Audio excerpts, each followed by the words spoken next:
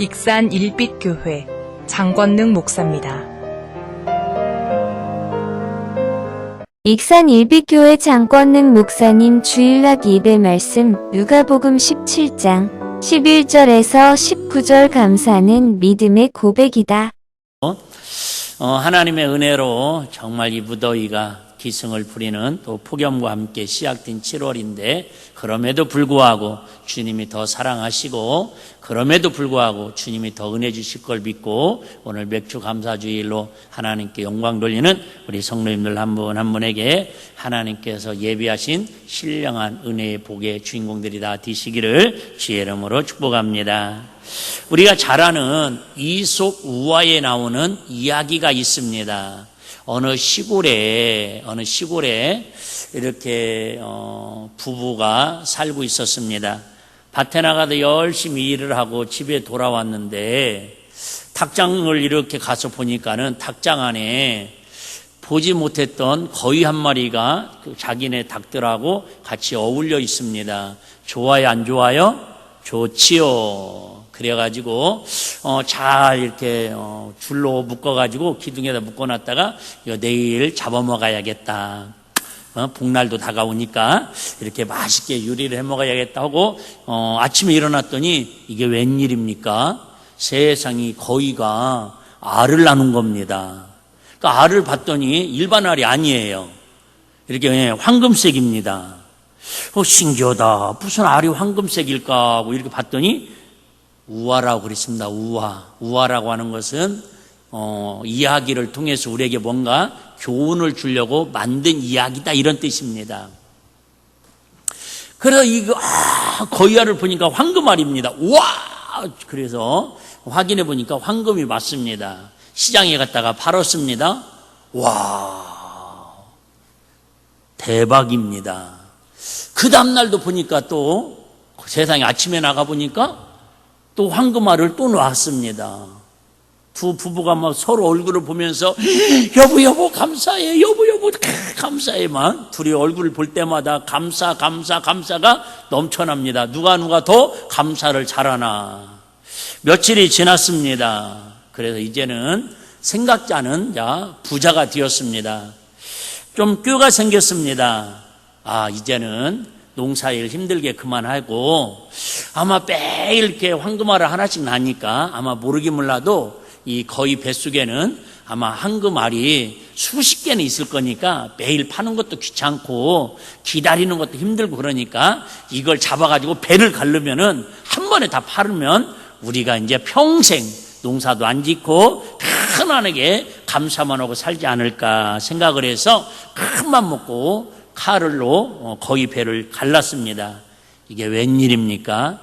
황금알이 잔뜩 들을 줄 알았더니 똑같은 일반 거위처럼 그냥 피가 낭자하게 흐르고 창자가 터졌더랍니다. 여기서 우리에게 주는 교훈이 그거라는 거죠. 하루하루에 감사하지 못하니까 좀 더 욕심을 부리다가 결국은 그 욕심의 끝이 없는 탐심으로 인해서 부자의 그런 농부의 어떤 비극이 다가왔다. 이걸 우리에게 교훈을 줍니다. 그렇습니다. 하나님이 우리에게 주신 최고의 선물은 당연히 믿음이라고 하는 선물입니다. 여기서 믿음이라고 하는 것은 너 나 믿어? 엄마 나 믿어? 이번 설날 때 세뱃돈 받은 거 내가 5만 원 맡겼는데 엄마 내가 믿을 수 있어? 내년에 다 줄 수 있어? 그런 믿음이 아니라 여기서의 믿음은 예수님께서 내 죄로 인해서 십자가에 빌려 죽으시고 부활하시고 우리에게 성령을 보내주심으로 말미암아 내 인생의 주인이신 예수 내 구주 예수 그리스도는 하나님의 아들이시고 메시아심을 고백합니다. 이 사실을 믿는 게 믿음입니다. 이 믿음을 가지고 살아야 하는데 이 믿는 사람들에게 주시는 그 최고의 선물은 뭐냐면 감사라고 하는 하나님이 원하시는 표현입니다. 그래서 믿음의 사람에게 하나님 주신 최고의 선물은 믿음인데 그 믿음을 통해서 하나님이 원하시는 건 뭐라고요? 감사라고 하는 고백입니다. 근데 우리가 처음에 믿고 주사함 받은 게 인정이 되고 막 은혜 받았을 때는 여러분 이 자리에 앉아있는 사람들 거의 99%는 막 입에서 나도 모르게 이렇게 막 그냥 막 주체할 수 없이 나왔던 단어 중에 하나가 뭐냐면 감사합니다. 감사합니다. 감사합니다. 감사합니다. 표현들 보니까 목사님 감사할 일이 하나도 없는데요. 황금알이 지금 다 떨어져서 그래요. 잡아먹어서 그래요. 거의는 잡아먹는 게 아니라 키워야 알을 낳습니다. 믿음은 여러분 믿음은 까먹으면 감사가 안 나와요. 믿음은 매일매일 감사를 통해서 하나님 부어주시는 은혜를 통해서 우리가 황금알을 낳듯이 믿음의 알을 통해서 하나님 열매 맺으시고 기적을 베푸시고 복의 복을 더하시는 줄로 믿습니다. 오늘 본문은 어떻게 보면 이수무화는 아니지만 실제로 예수님께서 일어났던 사건을 이야기하고 있지만 일반적인 예수님이 우리에게 주시는 교훈하고는 약간 이해하기 어려운 난해한 그런 성경의 내용을 담고 있습니다. 한번 이제 들어보실래요? 자, 예수님께서 예루살렘으로 가십니다. 그러면 지금 예수님은 주로 어디에 계셨다가 예루살렘 올라가시냐면 갈릴리 지역에서 활동을 하시다가 예루살렘으로 올라가십니다. 올라가는 이유는 딱 하나입니다. 이제 유월절이 다가와가지고 유월절을 지키고 십자가에서 달려 죽으시러 가시는 길입니다.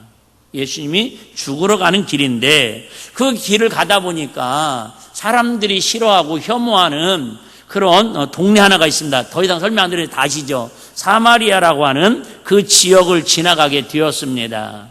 일반적으로는 제자들이나 유대인들은 사마리아 그 동네를 지나가지 않습니다. 왜요? 부정탄 동네라고 사람들이 의면을 합니다.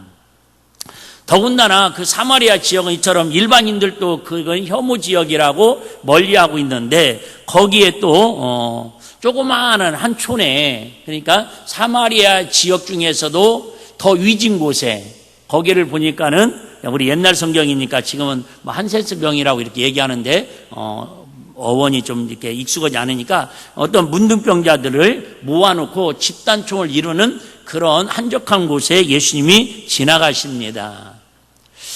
멀찍이 지나갑니다. 멀찍이 지나가요. 뭐 가까이 있는 것도 아닙니다. 지금처럼 전화기가 있어서 소식을 전해주는 것도 아니고. 그런데 거기에 보니까 문둥병자가 몇 명 있냐면 10명 있습니다. 10명. 실제적인 숫자가 10명일 수도 있지만은 10은 완전수를 성경에서는 상징적으로 이야기를 하고 있습니다.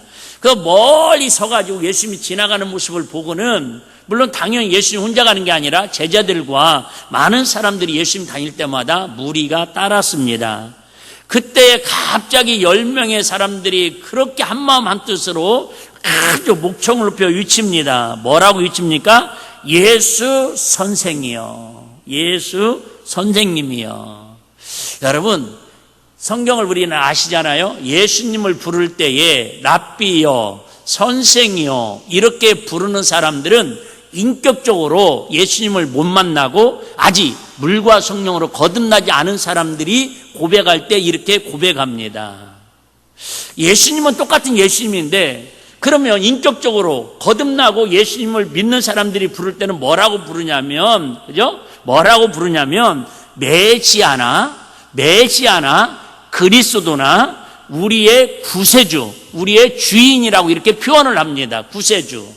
주에서 구원하셨다 그 말입니다. 근데 선생이요, 랍비요 이렇게 부를 때는 당신은 우리에게 선한 교훈을 가르치는 사람이다 이 말이에요. 어쨌든 예수 선생이여 우리를 불쌍히 여겨주세요 그럽니다. 잘 들어봐봐요. 그러면 이 사람들이 지금 믿음이 기본적으로 있는 사람이에요, 없는 사람이에요? 없는 사람입니다. 그러면 믿음도 없는 문둥병자 10명이나 예수님께서 굳이 말 나오는 그 동네를 지나가시면서 그들을 고쳐줄 필요가 있을까요, 없을까요? 없습니다. 자, 예수님은 기본적으로 얘기했잖아요. 어떤 사람 좋아해요? 한마디로 말하면 여러분 엄마 아빠는 어떤 사람, 어떤 자녀 좋아해요? 다 좋아하죠. 다 좋아하죠. 근데 한번 난해한 질문 한번 해볼까요? 자, 자녀들이 여러 명 있어요.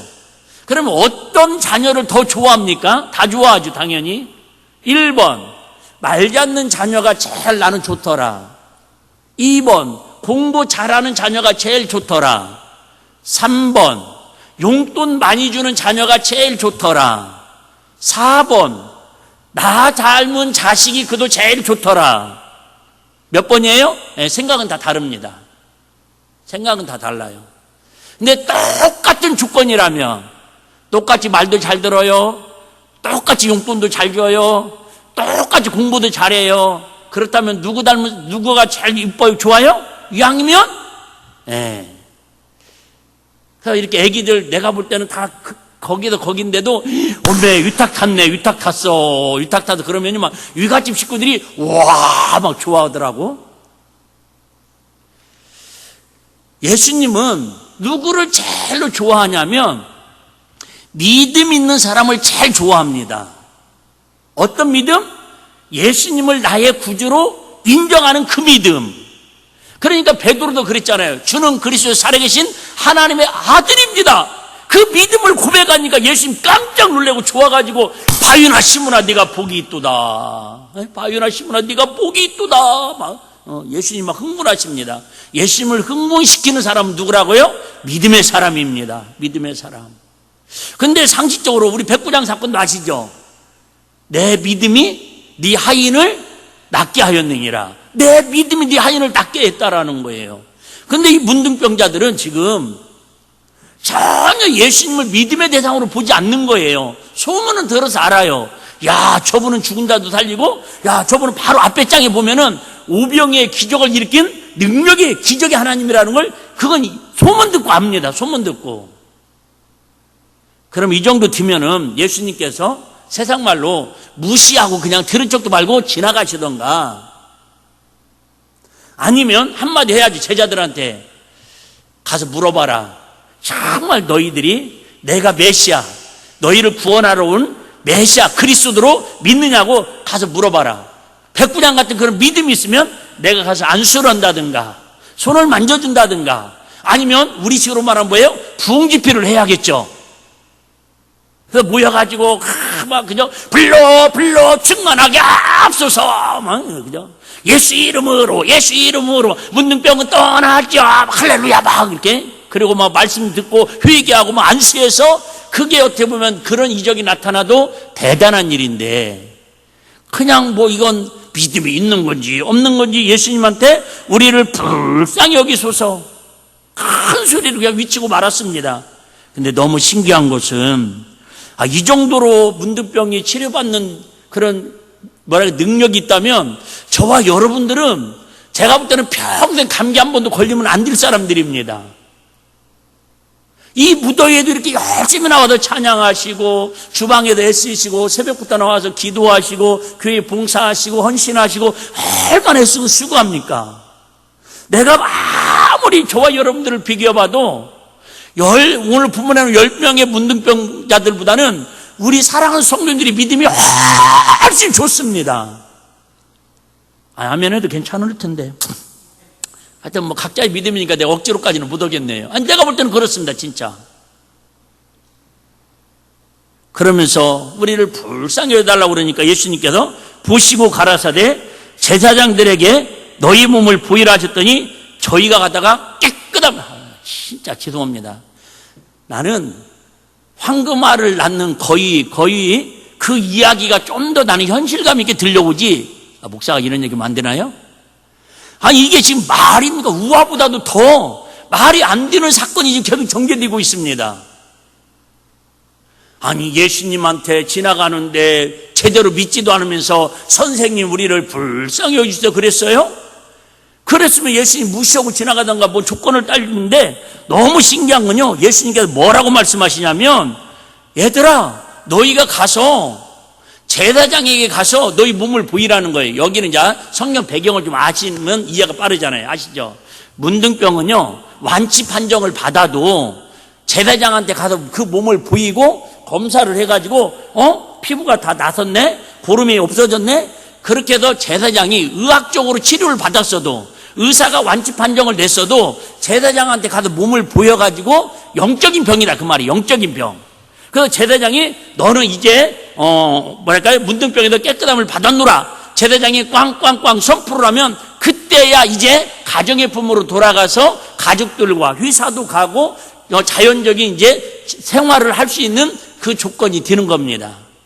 근데 예수님이 지금 아니 어디로 가라고 해야 돼요? 병원으로 가라는 것도 아니고 제사장에게 가 보이라는 거예요. 그러니까 이들이 또 뭐예요? 참, 나 이것도 놀라는 게 믿음이 없어요. 그런데도 선생님이 불러놓고 제사장이 보이라고 하니까 중요한 얘기입니다. 이 제사장, 그 문둥병자들이요, 예수님 말씀에 뭐예요? 순종이에요, 순종. 내가 여기 공식 하나를 깨달았어요. 믿음이 없어도 뭐는 할 수 있다? 순종은 할 수 있다. 나는 이걸 몰라가지고 초창기 때는 많이 속았어요. 막 이렇게 열심히 순종하고 열심히 충성하면 다 믿음 있는 사람인 줄 알았어요. 근데 믿음이 없어도 얼마든지 순종할 수 있고요. 믿음이 없어도 얼마든지 헌금 많이 할 수도 있고요. 믿음이 없어도 교회 봉사 얼마든지 할 수 있습니다. 아니 여러분들이 하는 게 믿음이 없다라는 게 아니라 그럴 수도 있다라는 거예요. 또 막 표정들이 아씨 나 이제 안 해. 내가 믿음으로 했는데 목사님 인정 안 해주고 막 안 알아주네. 여러분은 당연히 믿음으로 하셨죠. 믿음으로 하셨죠. 오늘 땀나네 진땀나네 막 뒤에다 막 땀이 흘러네. 여러분 잘 들어봐봐요. 믿음이 없어도 뭐 할 수 있다? 순종할 수 있다. 저는 공감합니다. 여러분 믿음이 없어도 목사, 여러분 얘기하면 오해받으니까 믿음이 없어도 목사가 기도할 수 있을까요? 없을까요? 할 수 있습니다. 무슨 기도? 아픈 사람 신유 기도도 할 수 있고요. 귀신 들린 사람 쫓아들려면 죽기 사역도 할 수 있고요. 내가 믿음이 없어도 할 수 있다 그 말입니다. 순종할 수 있습니다. 하나님은 어떤 사람 제일 좋아한다고요? 믿는 사람. 근데 그 믿음으로 뭐 하는 사람? 곧 순종하는 사람. 근데 그렇게 순종함에도 불구하고 믿음이 없어도 순종을 하다라는 거예요. 자, 어쨌든 그들은 그래서 또 순종합니다. 얼마나 대단한 믿음입니까? 우리 순종하기 쉬워요, 어려워요? 어렵잖아요, 솔직히. 여러분들이나 이렇게 착하니까 이렇게 예배 자리 나오고 은혜 받지 믿음으로 여러분 하루하루 순종하면서 산다는 거 쉽지 않습니다. 더군다나 지금 이렇게 문둥병이 가족도 버렸어요. 동네 사람들도 버렸어요. 사람들도 지금 위면합니다. 그런데 세상에 제사장한테 가 보이라고 하는데 아니 내가 지금 내 병 고쳐달라고 그랬지 뭐 제사장한테 가고 가기 전에 우리 혹시라도 문전박대 당할 거라고 할 얘기가 얼마나 많아요. 그런데 뭐예요? 순종합니다. 믿음은 단순해야 돼요. 믿음은 단순해야 돼요. 더 놀라운 건요, 진짜 말도 안 되는 얘기입니다. 성경이니까 믿는 거지. 말도 안 되는데 그들이 제사장에게 몸을 보이러 가다가 중간쯤 갔는데요, 갑자기 지금 뭐 제사장 그래 순종해야지. 날 더워도 순종해야지. 이해가 안 돼도 순종해. 내가 믿음이 없지만 그래도 저 양반이 하여튼 가라고 하니까 한번 가봐야지. 선생이라고 그랬다니까요. 납비요. 갑니다. 간데 갑자기 몸에 징후가 지금 안 좋아집니다. 안 좋은 게 아니라 뭐 징후들이 나타납니다. 몸이 그런 거 있잖아요. 그런 거 있습니다 아마. 그래서 서로 물어봅니다. 10명이서 야, 네 몸은 좀 어떠냐? 야, 네 얼굴에 고름이 좀 없어진 것 같은데? 염증이 없어지는 것 같은데? 얼굴이 막 화색이 도는데? 하다 보니까 세상에 10명이 다 뭐 했다고요? 차라리 거위가 황금알을 낳았다 하는 말이 더 쉽지 않아요? 다시 얘기할게요. 여러분, 사람의 머리로 이해 안 되지만 하나님이 하시는 일은 하나님이 하면 됩니다. 할렐루야. 그러지 않아요, 여러분? 우리 머리로는 이해가 안 되는 거예요. 다시 얘기할게요. 여러분, 저와 여러분들이 지금 이게 앉아있는데 이 지구가 아시잖아요. 이 지구가 지금 계속 돌고 있다고 그러고 돌고 있다라는 걸 여러분 주장하잖아요. 갈릴리오가 그 주장하다가 화영당에서 죽었잖아요. 그래도 지구는 둥 건데 그러고 죽었잖아요. 근데 여러분, 우리가 이 지구가 지금 돌고 있다라는 게 믿어져요, 안 믿어져요? 안 믿어지잖아요. 근데 어디서 보면 알아요? 우주선 타고 올라가면 지구가 돌아가는 게 보인대요. 저도 안 봐가지고 잘 모르겠어요. 여러분, 사람 머리로 이해 안 된다고 하나님의 일을 이해 안 된다고 불신하면 안 된다, 그 얘기를 하는 거예요. 혹시 오해하지 마세요. 제가 막 이걸 어떻게 믿냐고 뭐 말도 안 된다고 그러지만 여러분 우리가 이야기식으로 하나님이 하신 일을 좀 더 공감하자 하는 얘기지, 아이고 우리 목사님 맨날 저렇게 믿음 없는 얘기를 하냐고. 죄송해요. 저와 여러분들이 무슨 믿음이 있습니까? 믿음의 주인 되신 주님이 내 안에 믿음의 주인으로 들어오셔서 우리에게 선물로 주실 때에 그런 것만큼, 하나님 믿음의 선물을 주신 만큼 성경의 말씀이든 우리 삶 가운데 하나님 하시는 일이 믿어지는 은혜인 줄로 믿으시기를 바랍니다. 내가 믿어서 되는 게 아니다 그 말이에요. 믿음은 하나님의 선물이라니까요. 자, 그런데 그리고 났더니 이제 몸이 나섰어요. 깨끗함을 받았어요.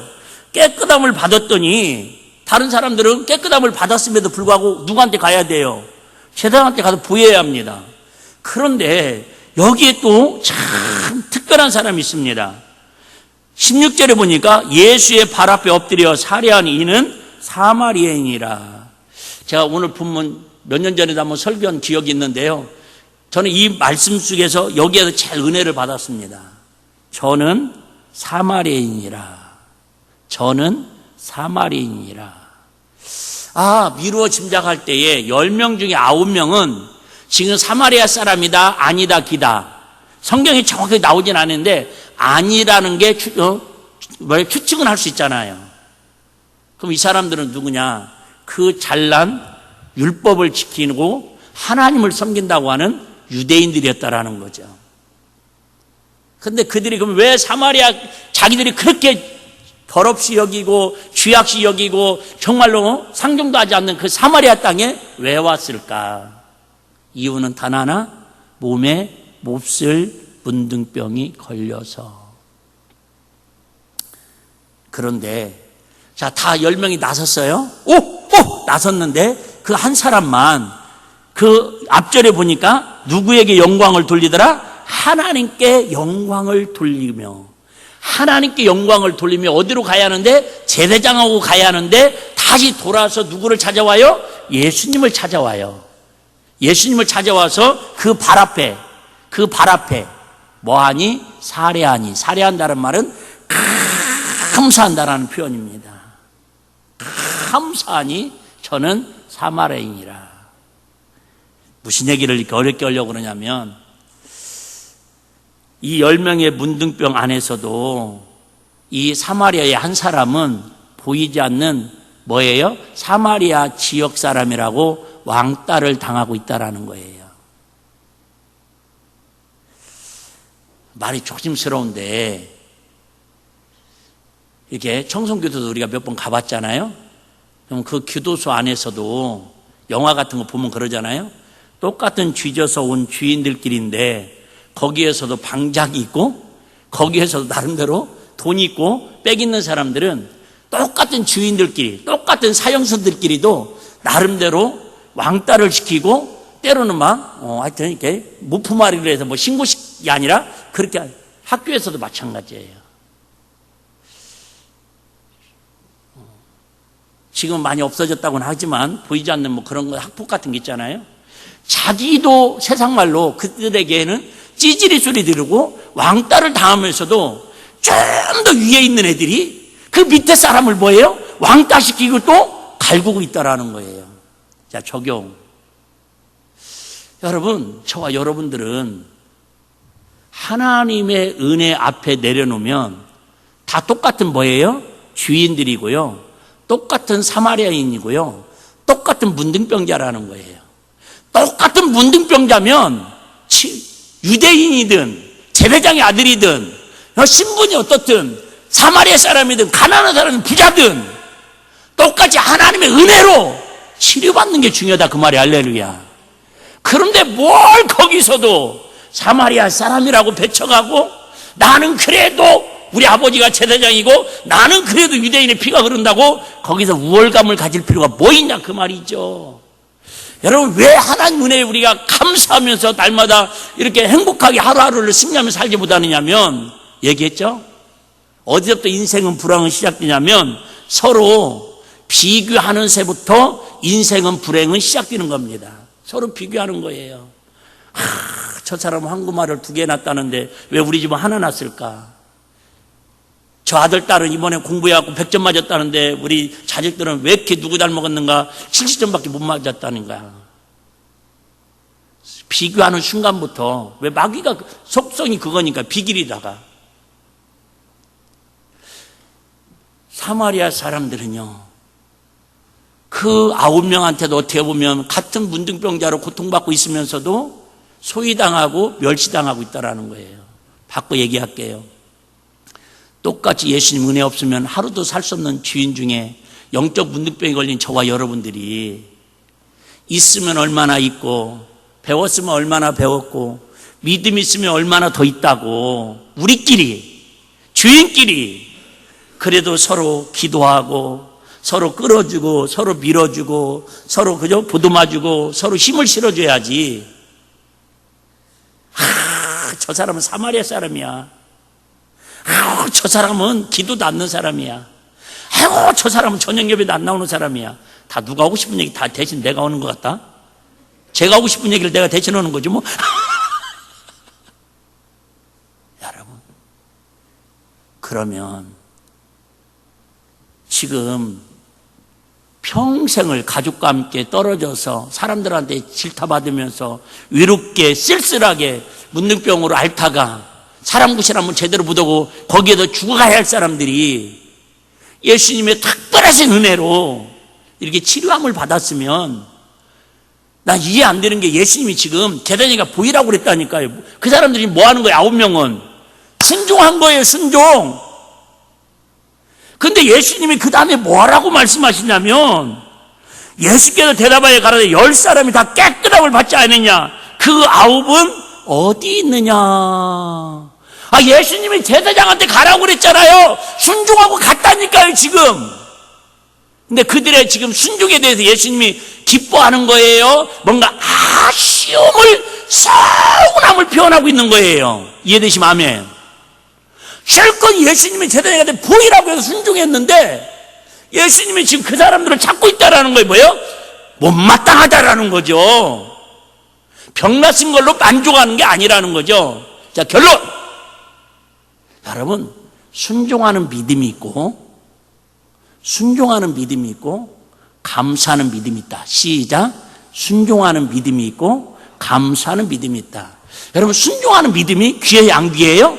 귀하고도 귀합니다.